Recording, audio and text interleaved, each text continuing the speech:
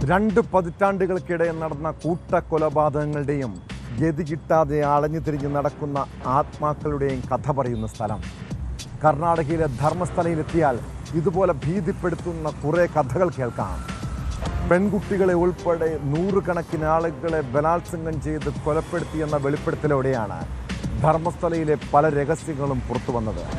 പിന്നീട് കോടതിയുടെ മേൽനോട്ടത്തിൽ അന്വേഷണം. ആ പ്രദേശങ്ങൾ കേന്ദ്രീകരിച്ച് നടത്തിയ പരിശോധനയിൽ നിരവധി അസ്ഥികൂടങ്ങൾ കണ്ടെത്തിയെങ്കിലും കൊലപാതകമാണെന്ന് സ്ഥിരീകരിക്കുന്ന തെളിവുകളൊന്നും ലഭിച്ചില്ല. ഒടുവിൽ മാസങ്ങൾക്ക് ശേഷം ഫോറൻസിക് പരിശോധനാ ഫലം പുറത്തുവരുന്നു. ബംഗളഗുഡയിൽ നിന്ന് കണ്ടെത്തിയ അസ്ഥികൂടങ്ങളിൽ കൊലപാതകം നടന്നതിൻ്റെ ലക്ഷണങ്ങൾ ഉണ്ടെന്നാണ് FSL റിപ്പോർട്ട്. ഇതോടെ പ്രദേശം കേന്ദ്രീകരിച്ച് SIT സംഘം വീണ്ടും പരിശോധന ആരംഭിച്ചു.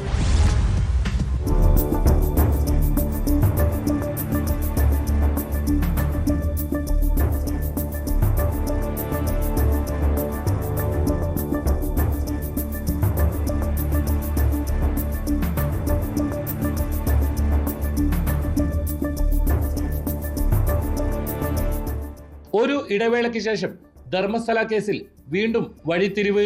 ബംഗളൂരുവിലെ ഫോറൻസിക് ലാബിലേക്ക് അയച്ച ബംഗളഗുഡയിൽ നിന്നും കണ്ടെത്തിയ മൃതദേഹാവശിഷ്ടങ്ങളുടെ പരിശോധനാ ഫലം പുറത്തുവന്നു. കണ്ടെത്തിയ മനുഷ്യ അസ്ഥികൂട അവശിഷ്ടങ്ങളിൽ കൊലപാതകം നടന്നതിന്റെ ലക്ഷണങ്ങളുണ്ടെന്നാണ് FSL റിപ്പോർട്ട്. 8 പൂർണ്ണ അസ്ഥികൂടവും 1000-ഓളം അസ്ഥികൂട അവശിഷ്ടങ്ങളുമാണ് ബംഗളഗുഡയിൽ നിന്നും കണ്ടെത്തിയിരുന്നത്. ഇതോടൊപ്പം കേസിലെ ആദ്യ സാക്ഷിയായ ചിന്നയ്യ കോടതിയിൽ ഹാജരാക്കിയ തലയോട്ടി ബംഗളഗുഡയിൽ നിന്നുള്ളതാണെന്നും പരിശോധനാ ഫലത്തിലുണ്ട്. തലയോട്ടിയിൽ പതിഞ്ഞ മണ്ണും പ്രദേശത്തു നിന്നും ശേഖരിച്ച മണ്ണും തമ്മിൽ സാമ്യം കണ്ടെത്തി. തലയോട്ടി വ്യാജ തെളിവിനായി പുറത്തുനിന്നും എത്തിച്ചതെന്നായിരുന്നു നേരത്തെ ഉയർന്ന ആരോപണം. ധർമ്മസ്ഥലയിലെത്തി കാണാതായ കുടക് സ്വദേശികളുടെ DNA സാമ്പിളും പ്രദേശത്തു നിന്നും കണ്ടെത്തിയ അസ്ഥികൂടത്തിന്റേതും തമ്മിൽ സാമ്യം കണ്ടെത്തിയിട്ടുണ്ട്. 10 മാസത്തിന് ശേഷമാണ് ഇവയുടെ പരിശോധനാ ഫലം പുറത്തുവരുന്നത്. ഇതോടെ ബംഗളൂരുവിൽ നിന്നുള്ള ഫോറൻസിക് വിദഗ്ധരും ബംഗളഗുഡെ കേന്ദ്രീകരിച്ച് വീണ്ടും അന്വേഷണം ആരംഭിച്ചു. പ്രദേശത്ത് നിരവധി മൃതദേഹങ്ങൾ ആസൂത്രിതമായി മറവ് ചെയ്തിട്ടുണ്ടെന്നാണ് സാക്ഷി മൊഴി.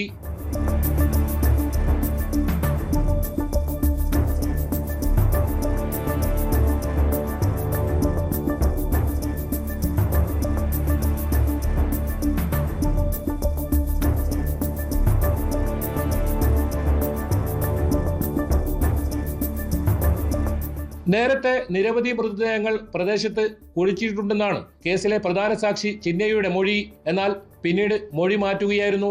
ഇത് സംബന്ധിച്ചും SIT അന്വേഷണം ഉണ്ടാകും. പുതിയ സംഭവ വികാസങ്ങളുടെ അടിസ്ഥാനത്തിൽ SIT സംഘം വൈകാതെ ബെൽത്തങ്ങാടി കോടതിയിൽ റിപ്പോർട്ട് സമർപ്പിക്കും. തുടർന്നായിരിക്കും വിശദമായ പരിശോധന സംബന്ധിച്ച് അന്തിമ തീരുമാനം ഉണ്ടാവുക.